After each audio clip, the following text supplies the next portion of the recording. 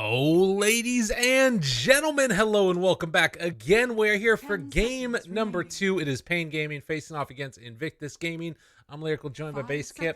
We got the second stream action coming at you. Oh, lordy, it's happening. On the main stream, there's probably some ugly people talking about stupid stuff on a couch. Over here, there's, people that you don't have to see how ugly we are talking about stupid stuff in the game. That's what you want. You're here for the Dota. Exactly. We're just window dressing. That's true. There we go. Updated the graphic. God, I'm so good at this new app. Yeah. Wow. Go for it. Now I just need to remember to not take it off when we get into the game, and then we're good. Do you want a reminder? Should I? Yeah, you can be my reminder person. That's all right. All right. Oh wait, so I'm responsible now. Is that what's happening? If it doesn't happen, that's on you. Hashtag blame Basecamp. All right. But yeah, that's right. I'll keep an eye on the Twitch chat as well, just in case there's any sundry issues. Yeah, I'll do the same. But we've got a little bit of a change up here. They've decided to take the Moran away, paiN Gaming have. And likewise, Invictus Gaming say, we don't want none of your Kunka shenanigans. And that opens up the Faceless Void to be taken by IG. Scary. Yeah, this hero's been trendy recently, for sure. Just I feel like people have gotten back in the groove of playing him, and it seems as though he's like strong enough to kind of be played all the time. And we talked about the Magnus in the draft for the first game. paiN going to be bringing it out here, so very different opening from them this time around. Yeah, and this puck I feel like is also another piece that sort of enables this type of a draft. You need something that kind of pulls all those heroes together, or at least if they are all together, keeps them all together. But I will say the thing that sort of scares me about it is that you're taking it into a void. A lot of those heroes that you would pair together with a mag kind of get owned by Chronosphere, whether it's a PA or something like a Slark even, or any of those heroes that we've been have been a bit on the rise. It's scary running into the void. Yeah, that's true. They could fall back on like a Wraith King, maybe. Certainly a good hero against Void. Not maybe the most ideal with the Empower, but still pretty good. You can change your build up as well. You don't have to go for Radiance every single game, right? You can go for a more right-click kind of DPS build under the right circumstances. But Anti-Mage is the ban. Okay. Interesting.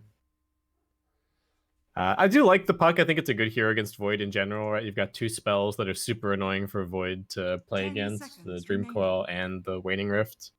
Both give him a really hard time. It's going to force Void into playing a somewhat uncomfortable game. And I think a lot of what people talk about when they look at these Faceless Void picks is, what can Void get away with? Like, if you pick Void super early and then the enemy team doesn't force you to buy BKB, Void is so happy at that point. Because you just know that you're reliably going to be getting your Chronospheres off. You don't have to sink a bunch of gold into this item that doesn't really help you farm. But I think he's already being forced into the BKB just by virtue of the puck pick, which is nice. Yeah, definitely. It's a good piece of that at least. I mean, obviously you've been able to see some pucks go into the Aghanims, and it's not like, I don't know. It's still, I'm not sure if it necessarily even matters that much. The biggest thing is not being able to like jump away afterwards, mitigate all that damage. So we'll see. Where are we gonna go next for IG too? Like, are we gonna see? I mean, the Zeus felt like it was more a product of the matchup, where it felt like Zeus understood what he needed to do against OD. But we could still see it with the Chronosphere. Could also go for something like an Invoker if they wanted to. For IG. Yeah, there's quite a lot of available combos still for IG. I think they're just going to pick their... We'll probably just see the offlane take shape here. There's still a Lina in the pool if they want it. Pretty good. Sky could be interesting. Ooh, Lion coming in. Okay. I like it. I would be so happy if they took a mid Lion here. That would actually be pretty cool. That would be big throwback for sure. That's a throwback, like even all the way to Dota 1. Yeah. Used to be MMY. He used to play used to play mid under his tag at the time was just X with 2 exclamation marks, Weapon X. And he used to play like the 2 heroes that he was known for were Tinker and Mid Lion. And those were the days. What an awful human being. He became a support player later in his career, so you know. I will say it's definitely also a Kakai hero, so I think that that's probably Yeah. where this is going to end up. But there, I think, has been a little bit of a revitalization in Lion getting played in a core role, at least in pubs with that 90 damage talent that you get. It's actually kind of ridiculous how much damage you end up with early on. And then empower this, not empower, bloodlust this man. Right, exactly. just goes ham, stuns you, and just all of a sudden you're just getting slapped. Ooh. I don't know if I like this. I'm not so sure. Their lineup is like starting to look a little bit do nothing for the early game. Like what are they gonna do? Alk just wants to hit creeps. Mag just wants to enable people to hit creeps. 10 seconds. Crystal Maiden is just like aura and a little bit of lane harassment. Meanwhile, you've got IG who are just going to be running at you and looking for kills. And I feel like we've even seen this. Well, it depends on the farm and it depends on the overall game, but you know, it's not like Alchemist is a hard counter to Void. You can get to the point where you can get your items up early and then you're tanky enough, or you've got your BKB to survive through the chrono, but I wouldn't consider it an immediate counter. So we'll see. And the Invoker's looking pretty good for IG here, to be honest. If they've already got Lion, so they've already got another avenue for Sunstrike set up.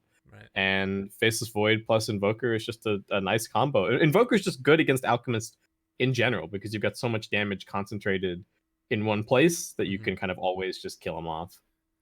Now, the one thing that does sort of concern me about this Alk pick is they take the Lesh for IG. Is that these supports don't really move that well around the map. I don't think.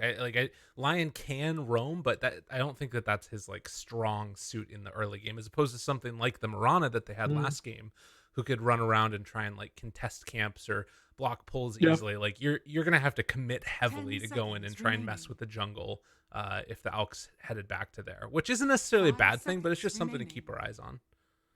Yeah, I'm not even sure that they're going to be taking the approach of like trying to go past the tier 1s and ganking the Alk. I think they're going to take the tier 1s and play a like just restrict the space on the map. I think that's part of what this Leshrac pick is about. They just want the reliable tower taking in the early game so that they can just make the map feel really small for the Alchemist and make it feel like he doesn't have a whole lot to do. Also, it gives them an amazing hero to be able to steal any stacks that paiN set up. Like, you look at the Alk and the Magnus, and you just know that there's going to be some stacks somewhere, and I think Leshrac is going to be running around hunting those stacks if one of the supports scouts it. And depending on what matchup this Lesh gets, like you can take him mid or you could go offlane. If he goes mid, could be another situation where we get into the 3 nulls and some boots of travel and just showing up wherever he needs to, like we saw last game. Yeah. Chinese teams like safe lane Lesh as well. Like the carry Lesh is not I don't think it's been happening as much recently, but it is something that a lot of Chinese teams have run in the past. Though I think it's probably just Void safe lane this game. But they do have that little bit of flexibility if they wanted to. Yeah, depending on what matchup it is, like mid, you could even send Void mid. I think we've seen some Voids mid. Yeah. Yeah, if it's the right matchup, we certainly can. And wow, they're really worried about like all the cheese. You think you're gonna get Alk and Brooded in one game? Brood is fun now. It's a cool hero. Yeah, they go for the Invoker. This is what we thought would happen. Okay, so it's so is it? I think it's JT Lesh and then Invoker mid. Yeah. I think that makes sense. So it's a little bit greedy from the perspective of not having like your traditional aura carrying offlaner, or like Leshrac is not auras or initiation. He's just more damage, more pressure. 5 seconds remaining.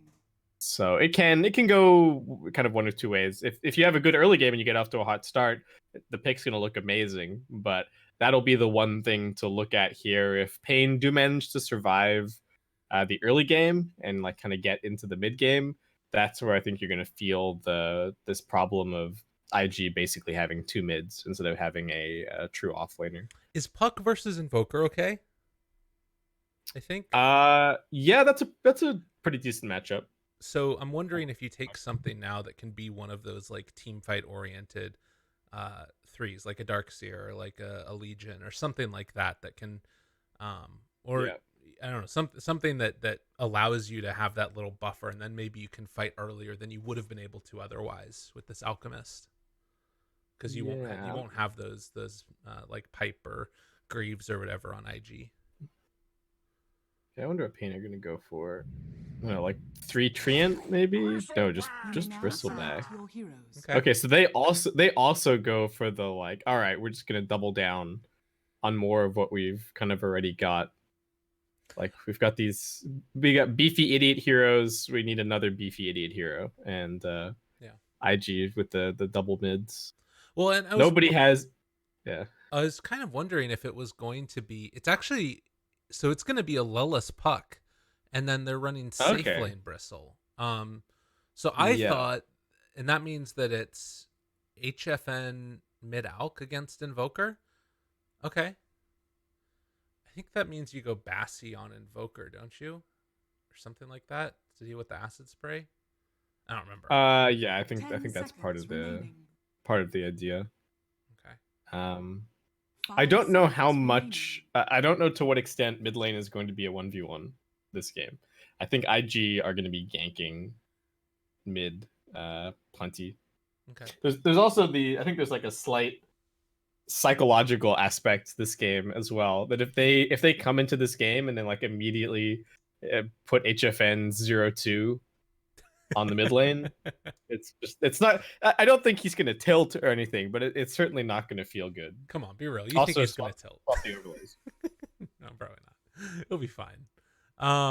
Yeah, it's gonna be an interesting one, definitely. I think the thing to me that stands out is I think they have a lot of hopes in this paiN Gaming draft to like get Bristle back to a point where he can stand in a lane and not be concerned about people like just piling on and trying to keep those towers alive. I thought that they were going to pick an Underlord, to be honest. Just something to run at the enemy team and like absorb spells. Exactly. Or just like to firestorm waves and keep towers alive as long as possible. Like just go wherever, IG was coming at them. But I guess that they feel like they need a little bit more like physical damage outside of that. So we'll see how it works out. Game number 2 coming up for IG and paiN Gaming. China versus South America. Let's see what happens. Did you swap the overlay? I did. I'm looking right now in Twitch chat. I see all those Monka overlays. They're keeping you honest, Gabe. I know they are. These guys. All right, nice. Yeah. So the one thing I will say for paiN is that on the one hand, I was about to say that their damage is like pretty easy to itemize against, right? They mostly just have a lot of physical damage. But if you look over at IG, like who is gonna buy? Nobody's really gonna be buying like Vlad's or AC or anything to really deal with the physical damage. Right. This game, we'll probably see some like Glimmer Capes and Ghost Scepters and stuff from the supports, but it's I'm very curious to see how this game plays out. I don't even know if the theory crafting and like the matchups are going to matter all that much compared to like you look at the previous game and it just felt like IG just dominated them just by playing better Dota, right? I don't think that was necessarily down to. I think there were some drafting things and stuff going on, but mostly it was just IG playing better. I will say that I think I actually like the paiN Gaming draft more this game than the IG draft, as we get a trade-off there of 2 runes apiece. This Bristleback pick actually to me seems very smart. The one thing is I kind of wish it was an Underlord instead and it was Puck mid with Alk safe lane. But it to me, the big thing that's going to depend upon is like what happens with this alchemist. Like, does he go for an early blink build, and try and like get involved after the radiance? If he does that, then I feel a lot more confident about it. We'll see. Yeah, there's a lot of things to look at this game. Like how do Void's rotations play out? Does Bristleback have a really good start? And this lane actually looks relatively difficult for him, right? There's a lot of chain stun. Crystal Maiden's not really going to be able to help out that much, and there's a lot of chain stun and the possibility of a Sunstrike. So it's not easy for Bristleback to just man up. But if he can get to that point where you're saying, you know, he can just sit on a lane. Oh, 4-4-4. Bad positioning. Does have stick, and they're going to keep her alive. Ooh, this is a good bit of damage here onto JT. Trying to switch over the salve, but it's not going to be there in time. And he does manage to get the walk away. So, Kakov being forced to use that last stun. Should be enough. So, I was wondering about the Bassi thing. It is going to kind of suck a little bit for Emo having to stand in the acid spray consistently. But it looks like he's still having a good time against HFN so far. Yeah, willing to take a little bit of damage off the creeps just to keep getting those hits out. Ogre with a stout shield at bottom. I think he got skewered under the tower, but just didn't care in the slightest. Yeah, there was a creep wave that was coming in at the same time, so he was able to dodge a couple of those right clicks coming in from the tower. But yeah, so far so good. A very different mid lane to what we saw last time around. As they check the rune, and it is bottom. And out kind of in a weird position now. Has to TP back to his tower. Oh, well, he just better hope that he doesn't die. Yes. In the next minute, because that would be an absolute disaster. I mean, to be honest, like that. If he dies in the next minute, regardless, it probably wouldn't have been a good look, anyways. But it's even worse. But the walk of shame, Gabe. The walk of shame. That's fair enough. Nobody wants that. Push back, jump away, fly, salves up. He gets the salve canceled. Oh no. Is HFN dead? Great. He walked back in to dodge the Sunstrike. No! HFN, not like this! No. Oh. Dude, that's a classic. He pings his HP afterwards. He's like, guys, he was almost gone. I promise, he was almost gone. He was almost dead. If somebody had just rotated. Yeah. Where's my TP, guys? Oh, no. Oh, no. Oh, my, did he not even have the gold? Dude, this team's like, I'm not buying you a TP. Walk back and think about what you've done. Bottom lane. A little bit of a brawl working out here. They use the skewer and almost find him. Had to jaunt away. Fly. Delio Core. Punch in. Live in. Does Lelis get the kill? Yes, he does. Sunstrike going to connect onto Delio Core. And on the other side, JT also goes down. So an absolute bloodbath. Although that one was dying to the tower intentionally, it looks like. And man, 3-2. Already paying off to a much better start than game number 1, I gotta say. Even though HFN did go down there, he's still got a brace there. They had what? They had this many kills at 25 minutes? Yes. In the previous game? Something. Oh, Kaka getting gone on. Oh my god, the play! Dude, the Sunstrike setup. Holy shit, Emo! Dude, Emo's a baller! How is this guy so good at Dota? And of course, you're rewarded for sick plays. He brings the creep wave over so that way the elk can see it. Alright, we talked about the potential for tilt. I think it might be real. Yeah, he's like, alright, I'm out of here, guys. See ya. Peace. The jungle is my home now. I don't play mid lane. It's beautiful. They will glyph the wave here, so Emo can't pressure it. Heads up play there to make sure that HFN still gets all these creeps underneath his tower, or at least most of them, although some of them are going away. This is so terrifying. If you're paiN, the Invoker's just going to accelerate from here. Like we said, there's so much setup. Every other hero on his team can set up for him. This game, pretty much. Dude, he just denied this whole wave. Acid spray for what? That was sick. Well, they find the kill onto the CM, and they scan, realize that Kaka's in the area, and setting up a very deep ward here. We'll see if he decides to stick around. They try to go for the D ward over to the side. 444, not able to find it. So Kaka's not going to reveal his positioning, and this ward will set up for a kill later on, most likely. Yeah, and he's got 2 more wards as well. Yeah. Core. It's the skewer back, but this is Ollie. Very, very healthy. And meanwhile, they kill off the CM again. Illusory Orb.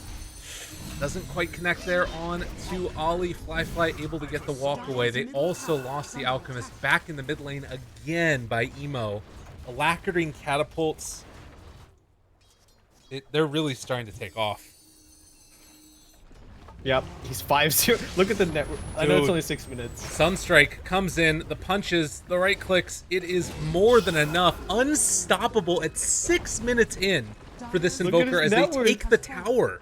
Look at his net worth. He's got 4.2k net worth. The next highest in the game. This looks like the Alchemist. This is unbelievable. I'm so glad I woke up for this. I mean, is this more a product? All right, are they about to kill this guy too? Yeah. Bristleback in trouble. They've got everything queued up. They kill him off. I mean, is this a product of Emo just playing really well, or is it a product of like paiN's just, you know, being on the struggle bus? What do you think? As he finds another Sunstrike kill. Oh my god, this man. What the fuck is happening? This is like the best Invoker start I think I've ever seen. Look, I think Emo is playing, especially that first kill. I think he played well. He forced HFN into a situation where he absolutely had to dodge the Sunstrike, but by dodging back into him, he also just secured that he was gonna die. Looks like they're gonna get JT up top here. Yeah. Oh.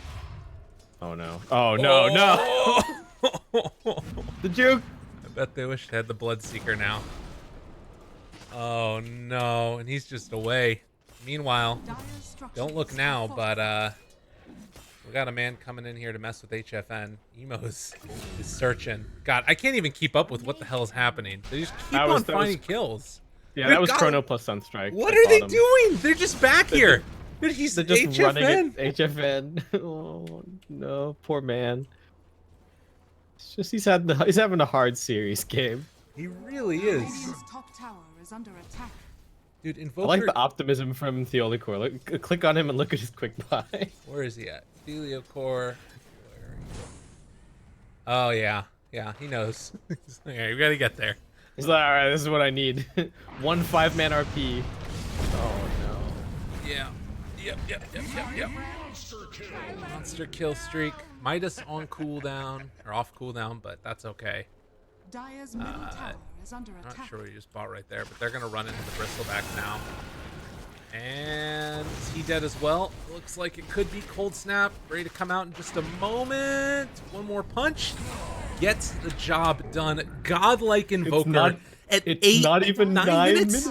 It's not even 9 minutes. He has gotten a kill a minute. This is ridiculous. Actually, I want to know what the what the record is for the fastest Midas Ags. I'll take care of the cast real quick. You message Nox real quick. Ask him what's happening with this game. This looks insane. This is absolutely ridiculous. I mean, JT is definitely having a really good game as well. You can see that the Void has been able to have himself a really nice time, fly. But it feels like so much of it has just been this Invoker. Like, he's been roaming getting these kills. Yeah, he took his win from the mid lane, and he's been just subjugating the side lanes ever since. Like, the constant Sunstrike pressure. Nobody on paiN can afford to go anywhere near the IG heroes, because if they do and they get stunned, they'll just die. Yeah. All the setup in the world. And Fly about to have Chronosphere back off cooldown. Could chase for Theolicor here and set up another Sunstrike kill. Meanwhile, though, on the other side, they find the Ogre. JT able to get the stun and the kill onto 444 in exchange. Lelis does not have coil back up, so won't be able to secure that one. They managed to get 3 bounties. on paiN. It Okay. was a nice kind of scramble maneuver for them to get some more farm going on HFN. And you know, he hasn't had the most amazing of starts, but at least getting some gold going. He has a very budget build currently. Yeah. Bracer, QB, and some face boots. But we won't draw too much attention to it. You know, I'll say I've only ever seen like another hero get off to this good of a start one time. As we're gonna see another death as beyond godlike Invoker.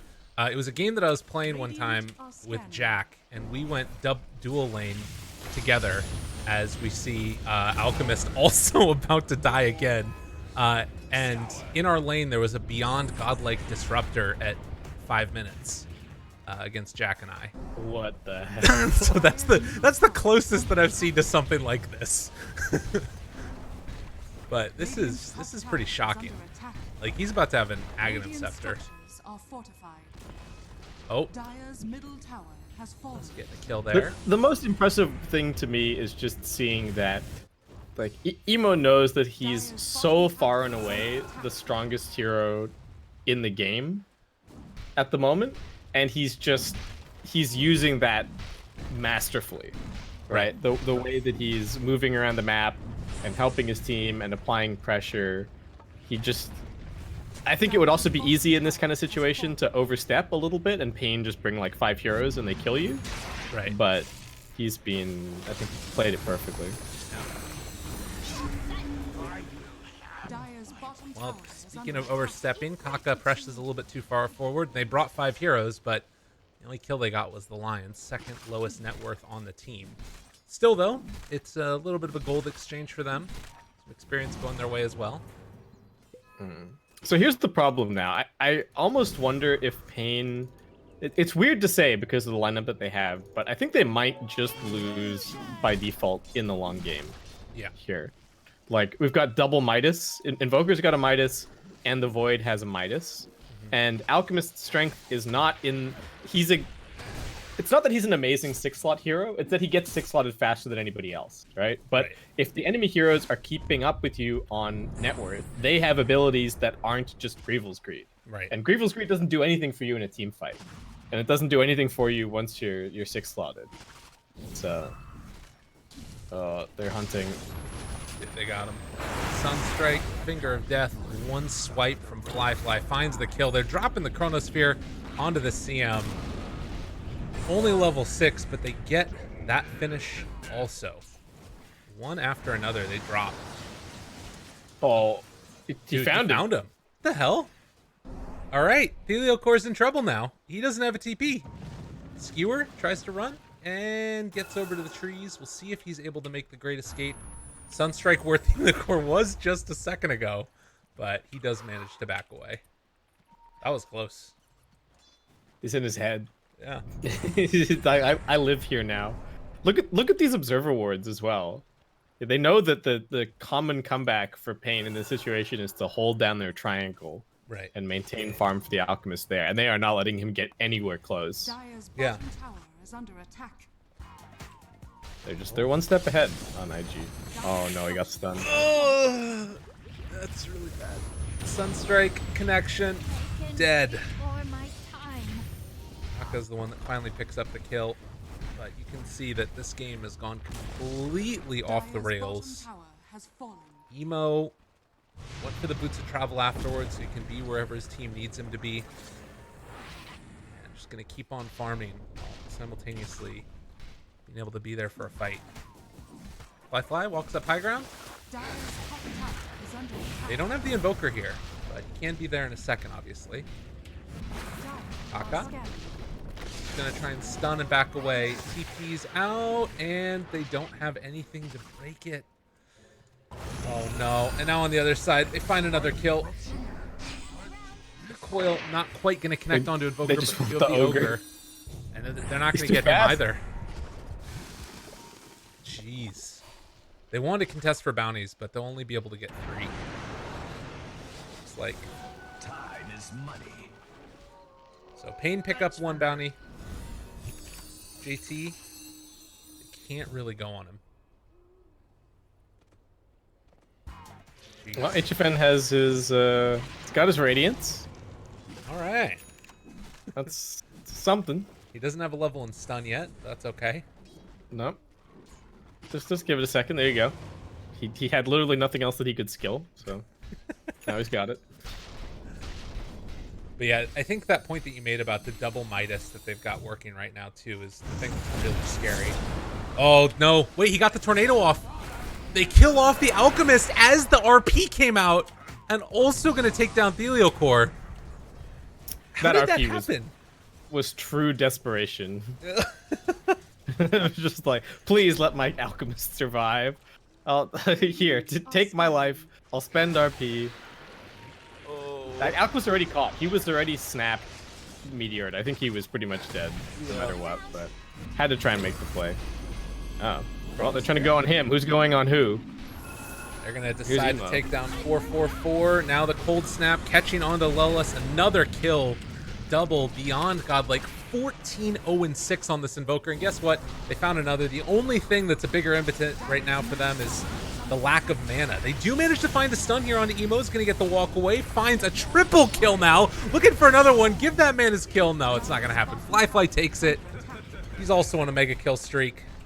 27-6 and GG. They knew it. I mean, there's just no way they win that game. 16 minutes in, and IG again stomping on the face. Yeah, they curb stomped them. What else can you say?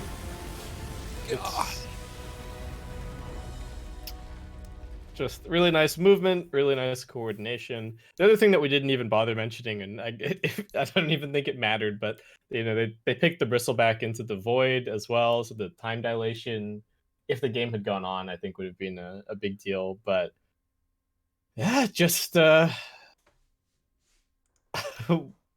Alchemist got completely owned. He had zero game. HFN.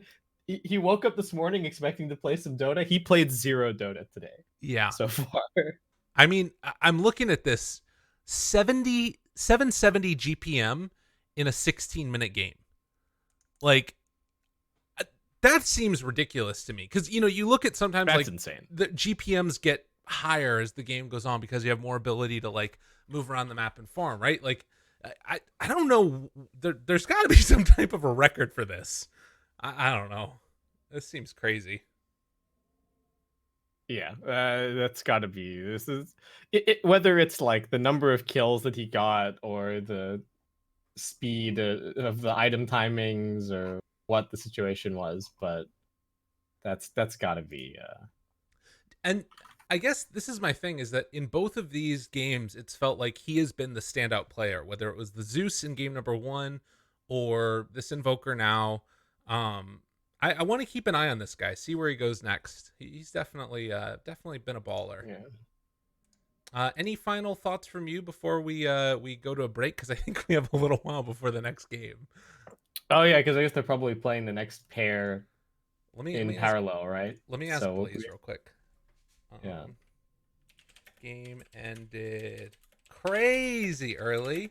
When is next one? There we go. Question mark, smiley face.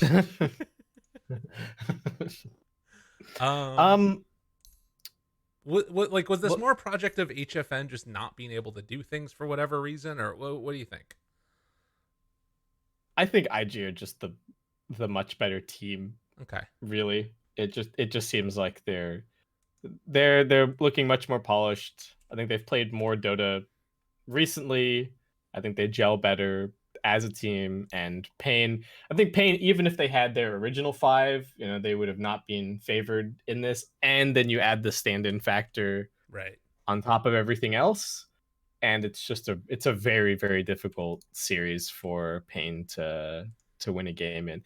I'm even with you. I like some of their concepts draft wise in the second game, but just the way that IG moved and the way that they use their resources, to me, is the craziest thing, right? Like Emo, he wins his lane, but he's not content to just sit back and farm. He ganks the Bristle. He's pressuring here. He's forcing another tower. He's just breathing down paiN's neck, and that's what this whole series was to me. IG just knowing how to take that little advantage, Like find an opportunity, make a little advantage, and then keep snowballing that advantage further and further and further.